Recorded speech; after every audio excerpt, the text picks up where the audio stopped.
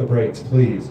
But you're going to be fine because your pH is 7 and you've got this big volume and you'll be okay. And so a lot of times, like people like myself or Tad, like we're out here waving flags that are on fire, like don't do this, don't do this. This plant is an amazingly resilient plant. And we just want to keep you inside some bumpers, some guardrails. That's it. And then you grow how you want to grow because you're a better grower at your farm than I am. You know, I know my farm better than you.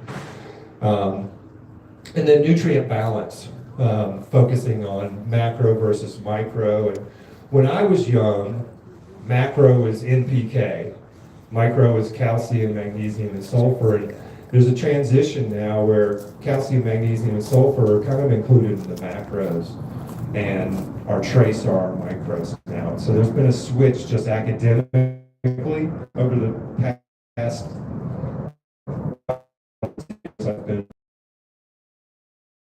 You just go to a test and you look and you see you have a metric. It doesn't necessarily, like sometimes people will call and they're like, I'm seeing this with my plant, but I'm looking at my metric and it looks fine.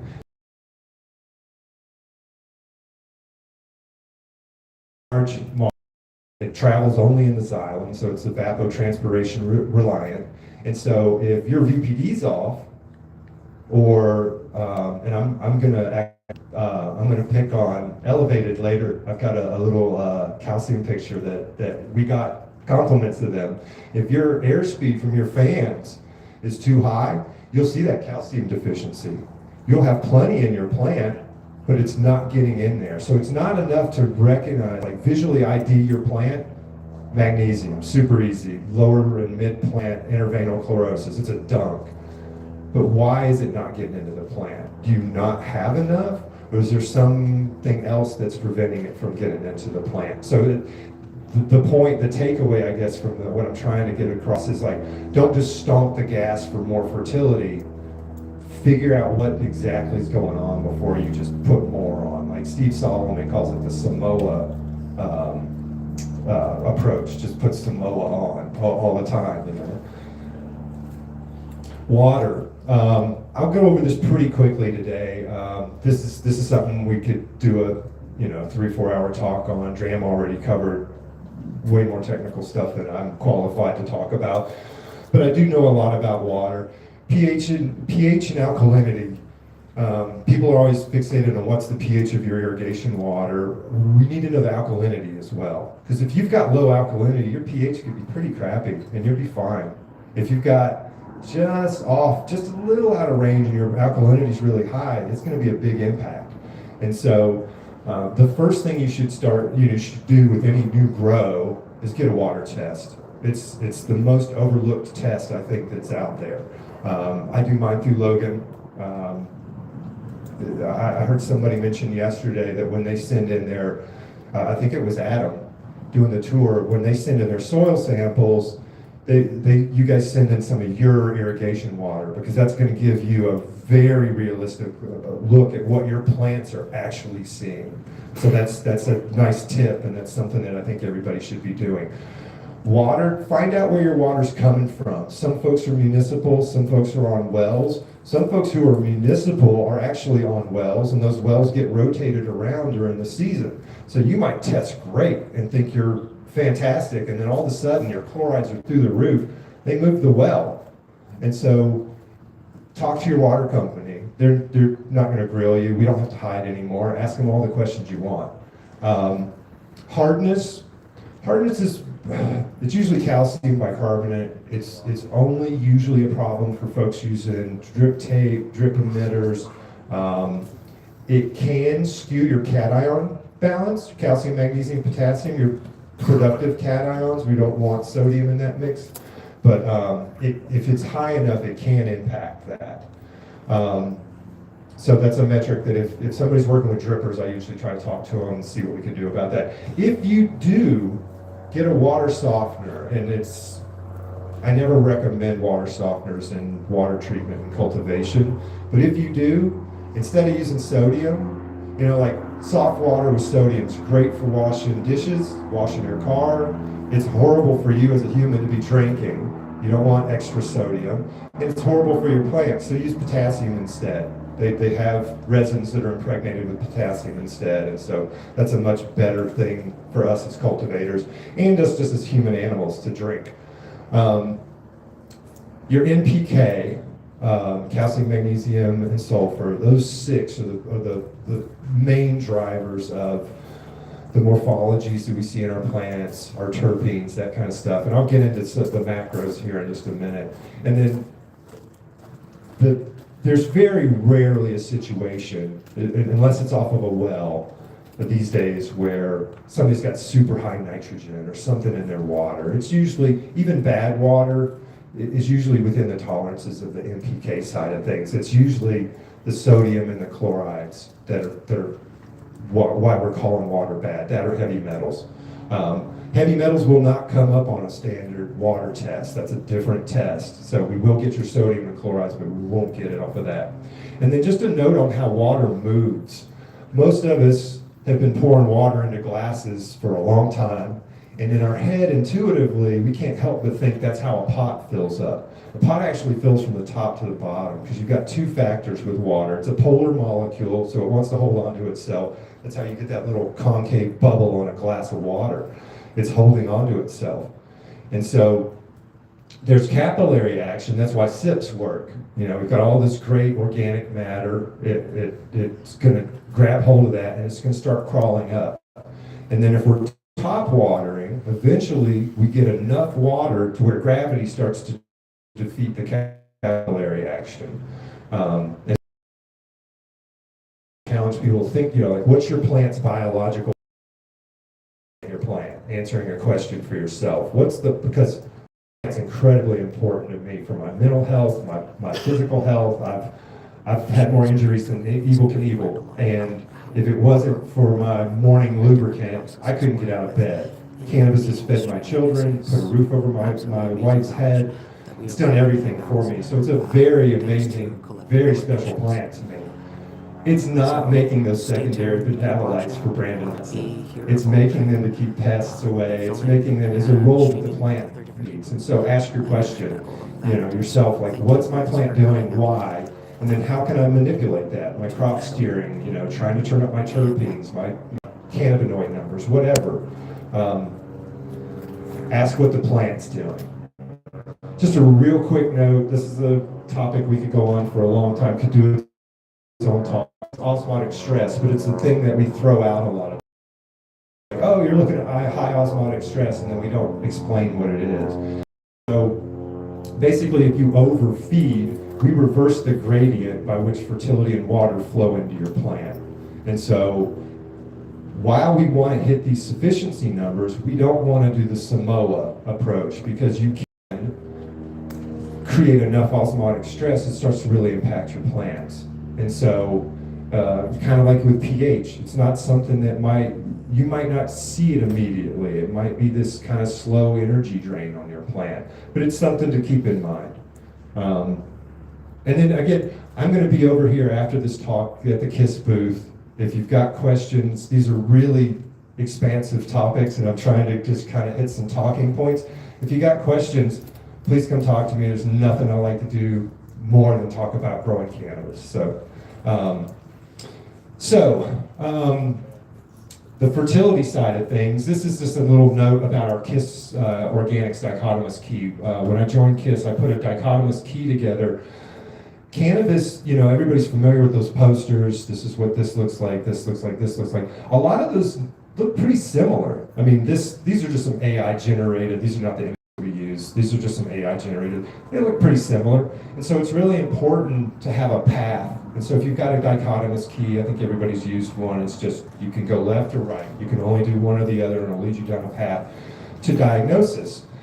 But again, it goes back to scouting. You need to know, where did this issue start? At the bottom, we know it's mobile because it's being translocated. Because who gets the love on your plant? Your apical points. That's where your reproduction happens, and that's what your plant's trying to do. It's trying to create seeds. It wants to reproduce itself. And so we want to look for patterns when we come into a room, first thing. I give a talk on dichotomous key and that kind of thing, but just the high points. If you walk into a room and you see one zone or the whole room, you're probably looking at a fertility problem, you know. If you've got some yellowing over here and something over here, and it's jumping around the room, my head goes to biological pests and pathogens.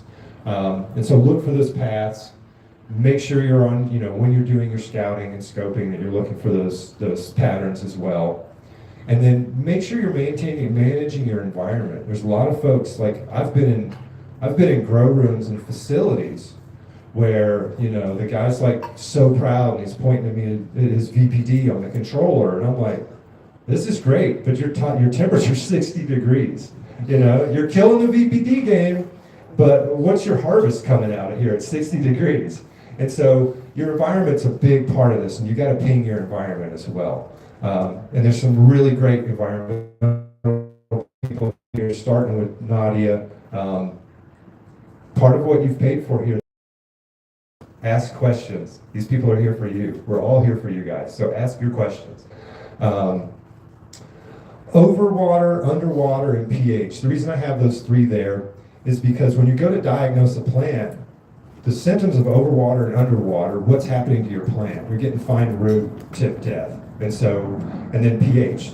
It's not killing the root tip necessarily, it's extreme, but all three of those are preventing uptake.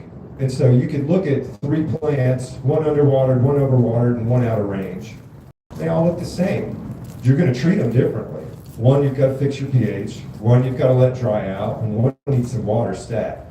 So again, it's not enough to just ID something. You've got to figure out what's the mechanism that's causing the issue. And then the biggest thing is critical thinking. It goes back to learning your plant. You can look at some data, you can look at a soil report, you can look at a tissue report, your mom can tell you, like, you can have all the checks. You're the grower.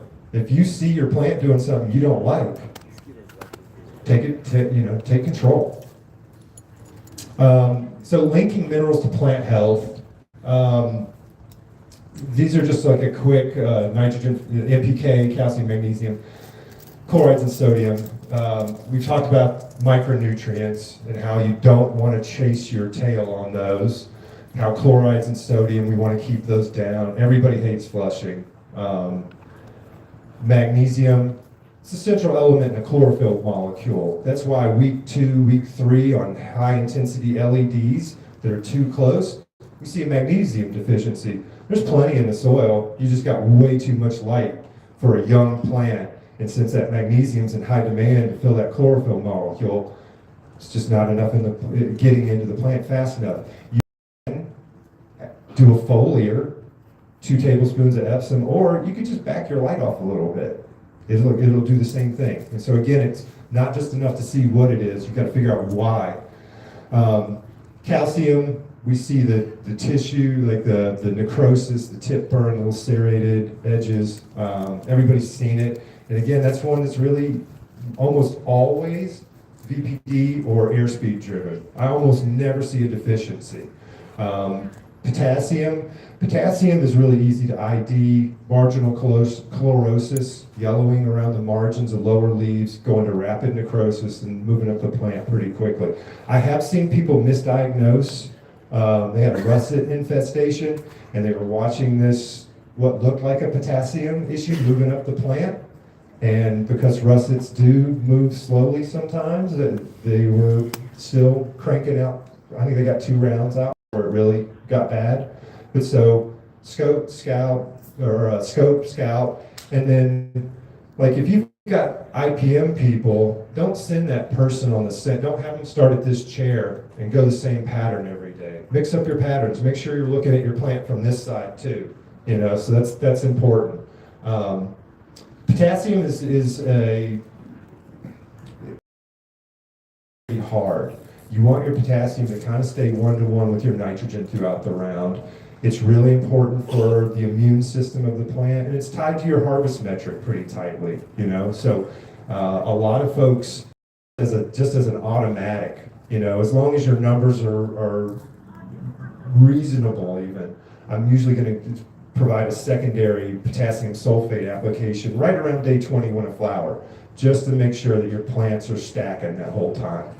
And then again, some folks are driving I love an air-cooled Volkswagen. I'm the old deadhead. I spent decades in those. I love them. These days, I don't necessarily want to be on one in the highway, And so some folks are still driving those Volkswagens as far as their facilities. Some folks like here, they're running rocket ships. You don't need that much gas for that Volkswagen, For the rocket ship, you need a lot more gas. And so as you turn up your environment, as you turn up your biomass, all these different things, you will have to feed more. People in small pots are going to have to feed more.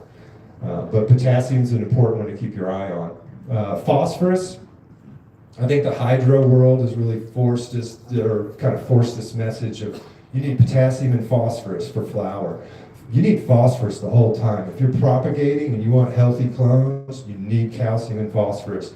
If you want roots, we've got this big, beautiful volume of soil. Let's use it. We don't want roots to just sit right here in a cup when they've got hundreds of gallons that they can mine for, we talked about earlier, we want availability all the time. Part of that is having this extensive root network.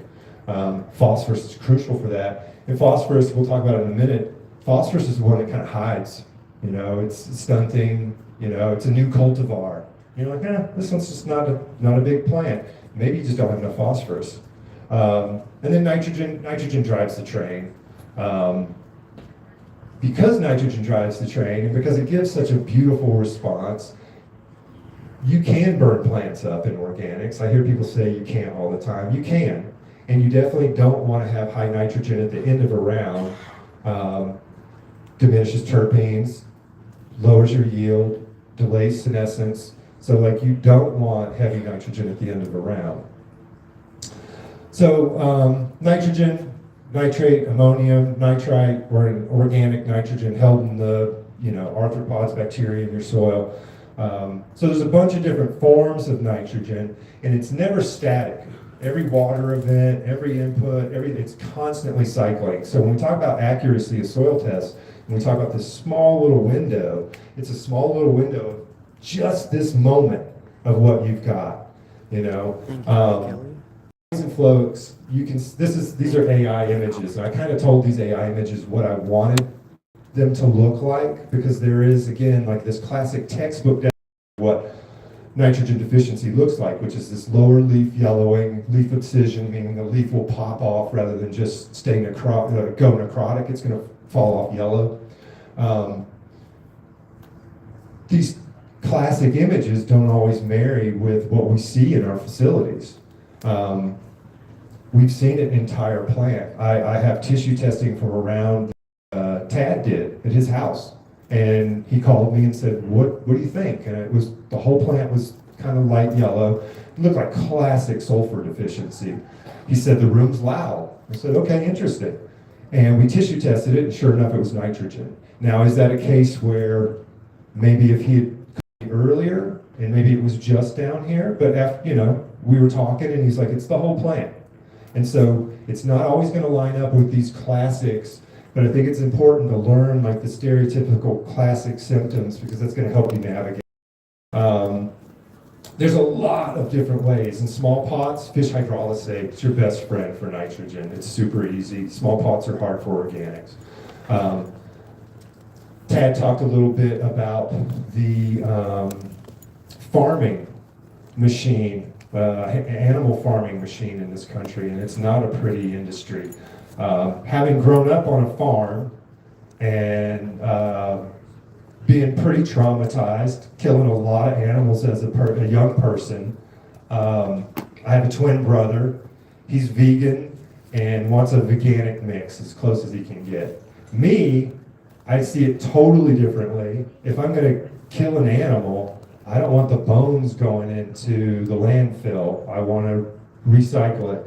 And so I know that people, have very strong opinions about this. At KISS, we'll try to help you navigate. Phosphorus is really the only difficult place to navigate that, but we will try to help you navigate that. But in organics, we're kind of limited in our tool belt. I like to keep it as big as possible. Soy, feather, frass, I absolutely love alpha, great enzymatic properties. It's a pretty low nitrogen input. And so here's the, I don't know how well you guys can see these, but this one to the left is kind of the classic, and I think this is from Paul Coxon. It's the classic lower leaf yellowing that you would see.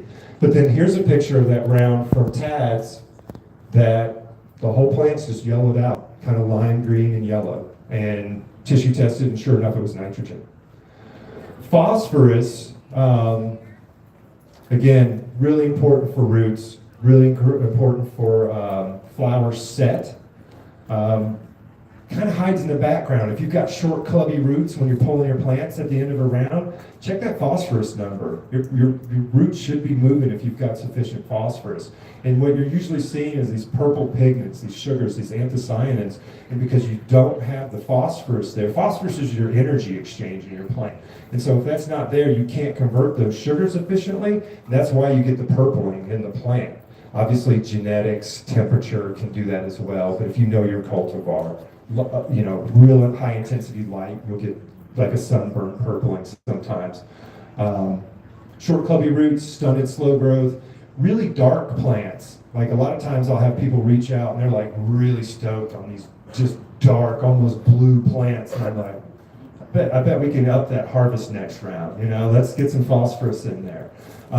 We're very limited, and that's why on our inputs, and it's what makes it kind of difficult for folks like my brother who want a veganic approach. We like to do combinations of bone and soft rock phosphate. Soft rock phosphate, obviously it's a mined product. Heavy metals is in the conversation. So we want to use some SRP for a nice reserve, a battery that we can just kind of slowly trickle, and we'll usually use some solubilizing bacteria. We used to use Mammoth P, Josie's here. We're using microbial mass now. It's something so that that's staying available. And then monitor that every once in a while on a test, because if you've got a decent reserve, but your available is just phenomenal, you can back off of that. And part of this game is being financially responsible. I've been growing for decades, and there was a long part of my early career, I could have fed my plants with gold and still made money.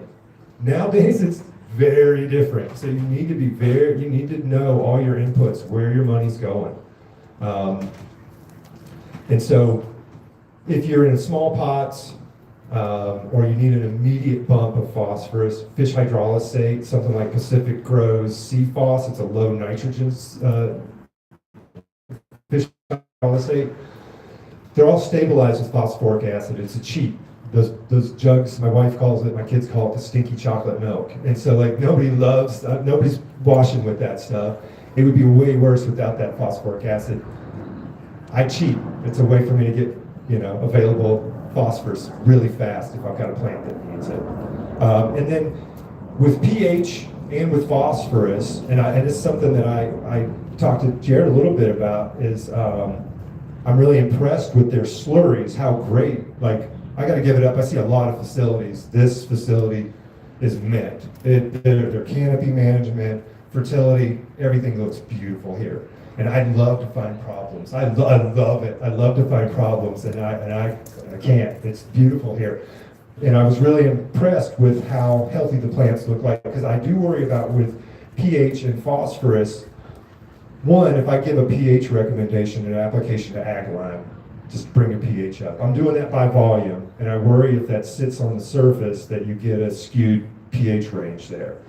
With phosphorus, because it's so highly reactive, it's going to move a half an inch to an inch on its own. That's it, and then it's going to tie up. It's not going to move down into the soil very far. Your roots aren't in that top edge. That's our dryback area. So I like to get my phosphorus incorporated 3-4 inches down at least. So I do like to get good incorporation with phosphorus. These are some images from Paul Coxon. And you'll see some of the spotting, dark mottling on lower leaves. And then, again, it's kind of hidden. This plant on the right looks pretty Charlie Brown Christmas tree bad. It doesn't look happy. But you might not know that this is the plant on the left is what you should be getting. It's, 3 times the size of that plant, and it's just that hidden phosphorus. Yeah, there's just better look at it. Potassium, again, it's that lower leaf marginal chlorosis. AI, good job there.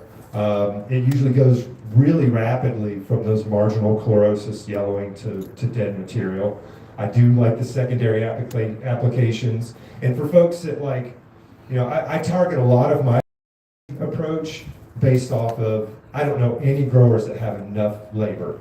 And so I'm trying to do as few touches, as few applications. I try to do the bulk of it as a one-time pre-plant application. Some folks that like to spoon feed a little bit more, I might break their nitrogen up into 3-4 applications, and I might break up, their potassium into 3 for them. So it really depends on how your timing, your frequency, application rates, and that kind of stuff. And then I mentioned I have seen some people chase a russet problem thinking it was potassium. So this is a really good visual of, you can see the chlorosis moving in, and this is where it's gone pretty far. That's a pretty bad deficiency there. And then for, I'm a cannabis grower. That's my bread and butter. That's my favorite plant on the planet and in the universe. I've also got a really bad begonia addiction. I've got some syngoniums. I trade begonias with little old ladies all around the United States. And so I like to grow lots of stuff, and I like to grow vegetables. And if you get yellow shouldering on your tomatoes, check your potassium levels. That's a dump that you've got a potassium deficiency. And then they're just kind of showing the progression here. And then I've got a note, practice. So like I can remember being at a girlfriend's parents' house and just striking up a conversation with her mom about how her plants needed this and this, and she's kicking me under the table, and she's like, "You do tattoos, you need to shut up." My mom's gonna ask me a bunch of questions about why you know these plant things. But practice on your neighbor's plants, practice on your plants, like just constantly practicing. It doesn't even matter if you're right or wrong as long as you're going through the right steps. And we do have that dichotomous key on our website. If you haven't seen it, go through it once. I work with a lot of facilities that they've got them printed out because it just helps their newer growers. There's a lot of very experienced growers in this room, which is really cool. There's also a couple of newer growers in this room. It's really helpful to those folks to have that information. Magnesium, this is the easiest to ID, and it's the easiest to fix. And so, like Tad and I'll go back and forth sometimes, like, do we even care what the magnesium number is if they're deficient? It's almost always high. It's almost always elevated. I almost never ask people to add magnesium. You can do a 2 tablespoon Epsom drench or a foliar. You can put a fulvic in there to help with the foliar. Some of the sources, so like langbeinite, that's a great long-term input, but it's not going to be available this round. This is for down the road. Castings. Castings and compost are typically very rich in potassium, and so that could be a nice input. And then dolomite. I hate dolomite. I can't stand it. Yes, I can't stand dolomite. I can't tell you how many farmers I know that have gotten their cation ratios inverted because somebody was like, "Oh, you need dolomite." There's I think it's 4% of the geography of North America, of the United States, could use some dolomite outside. Everybody else just needs some calcium and some potassium. And so it's really important to know your soil, especially if you're an outdoor grower, and know what your parent material is, because it's going to make a big difference on how you approach your fertility. And then this is a great example versus manganese. So this interveinal chlorosis, manganese can present a little bit differently with the tan flecking at the top, but a lot of times the early manganese will look like magnesium, but it's at the top of the plant. And a lot of times with our magnesium deficiency, it actually starts mid-plant. It doesn't show up at the bottom leaves first, and that will throw people off. That first, most recently matured, it'll make people think it's manganese, and it's magnesium. And if you do a foliar, you're not going to mess up your cation ratio in your soil. You're not going to hurt anything. So if you see that, do the foliar. If you're in veg, if you can pull it off. And if it doesn't improve 48, 72 hours later, call me. Something else is going on, Um, so here's just super early, where it's just starting to come in, and then it's a really bad example right there. Calcium travels in the xylem, as we mentioned earlier. It's completely dependent on evapotranspiration. So if your VPD or airspeed's off, you'll have issues. And it doesn't mean that you don't have sufficient calcium, it's just something in your environment. Gypsum is my favorite, hands down. It doesn't play with your pH, and that's important to me. You can also get really fine micronized gypsum, which you can essentially put into a slurry and feed. So that's a great way to get some in there.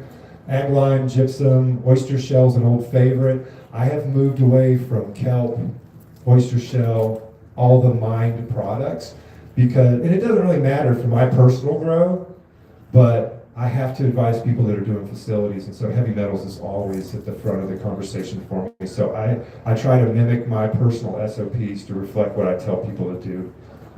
Again, just because when the rubber hits the road, I don't care what the textbook says. If I'm going to advise somebody on it, I have to have experience. I have to know that it personally works. Wolastanite, that's another great one because you get the silica. Power SIs here, Tad talked about it, Ben talked about it. Silica is something every grower should be doing. Wolastanite's not going to move your pH like ag lime. It's going to be really slow, even the super fine. It's going to be a couple rounds maybe. So if you're, you could use that as a little bit of your pH management and then go ag lime to push that calcium and get that number up. Bentonite, and you do get a little bit of calcium from dolomite, but again, I'm just not a fan. I just almost never recommend it. And so this is actually a photo that came from this facility, and this is a calcium deficiency. And obviously, these guys have their fertility nailed. And so what had happened is, I'm sure probably you guys saw some of them yesterday when we were walking around doing the tours. One of their floor fans had fallen over, and it was just blasting this corner. And so as that air is ripping across the stomata, it's just moving so fast that it can't grab that big calcium molecule. Deficiency. Turn the fan over, fertility fixed. So sulfur's super important. It's our volatiles, our esters, our alcohols, our terpenes, our loud. We want to be loud. We're growers. We want terpy cannabis. And so sulfur's really important for that. Typically the whole plant will go pale. A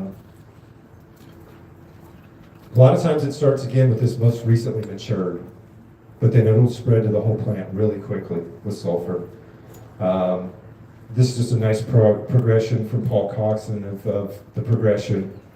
And it looks like, in this picture on the left, like if that very top leaf with that yellow near the petiole end and the darker tip, that looks like iron, right? So it's really important to monitor and stay on top of things so you don't get a bad ID. And with that in mind, this is sulfur on the left, iron in the middle, and nitrogen, and confirmed with the tissue test on the right. They all look pretty similar. So scouting every day is really important. We already talked about silica. Reduces heavy metal uptake, partitions microtoxicities, reduces drought stress, reduces pest and pathogen pressures. It's a dunk for me. I use it all the time. And again, I come from a really heavy pathogen focused area, and I live in another swamp now. And we had a grower that had an issue with their facility where they couldn't manage all the different rooms with the different thermostats. They were having horrible PM. And Tad, correct me, but I think it was like an 80% drop just by adding silica in their powdery mildew loss. And so like it was 76, 80, somewhere in there, but just a dramatic for not doing anything else. So after I saw that, it was just a dunk for me, and I do it all the time. Case studies, we've kind of talked about this, and I've alluded to this a good bit. There's going to be times when the data and what you're seeing don't match up, and that's where you've got to rely on yourself as the expert, the grower, and ask more questions. High pH can lock things out, even though you've got adequate levels. Low pH, I worry way more about low pH than high pH. High pH doesn't scare me. Sodium and chlorides can cause stunting. They can create osmotic pressure issues. Hidden deficiencies. We talked about environment. I just got the wrap it up sign, so I'm going to try to blow through this. So the take-home framework. I always try to think about, I'm a fertility guy. It's really hard for me to remember biology and physical aspects as well, but try to look, when you're looking at diagnosing a problem, try to think about all three parts of your soil. Soil tests, I live and die by them, but they're a tool. They're one tool of many. They're not the end all, they're not the be all, none of this is. Like when we're talking heavy metals, there's no one silver bullet. There's a bunch of stuff that we should be doing right. I find soil tests to be an incredibly valuable tool to stay inside those bumpers. And we can talk, about how to limit your expenses and that kind of stuff as far as doing that. Observe your plants as the final feedback loop. Again, you're the expert. You know when your plants are happy. Building resilience. There's a lot of things that you can do as far as the biology that you can add to your soils, things like that to keep your soil healthy. We're focused on keeping these plants healthy. A big part of that, trichoderma. I'm a fan. I'm just going to tell myself I'm a fanboy for Dr. Michael Brownridge, like one of the smartest guys I know. He talked about it yesterday. Like it's important to get that trichoderma into your soil. It's going to provide resilience for your plants. It's going to outcompete bad actors. You're the scientist. I was going to do a little thing about like a bunch of famous scientists who aren't scientists. They weren't classically trained, like mailmen and butchers who were curious people, and they went home and made incredible inventions and learned things that we all benefit from. And so as long as you maintain controls, right, and you write it down, you're a scientist. So treat your grow like that. I said AI is bad. AI is not bad. Poison's in the dose, but don't forget how to do research. Don't forget how to learn. AI kind of short circuits a very important step in the human learning process. And so, I love a textbook. I'll take that all day over AI. And then the final thing, critical thinking. There's three aspects to your soil. That's just your soil. There's your environment. There's everything else that's going on. And so just put on that critical thinking hat. What's the mission of my plant? And what, and then you can figure out what you're seeing there. And so I very much appreciate you guys listening to my blurbing. And thank you.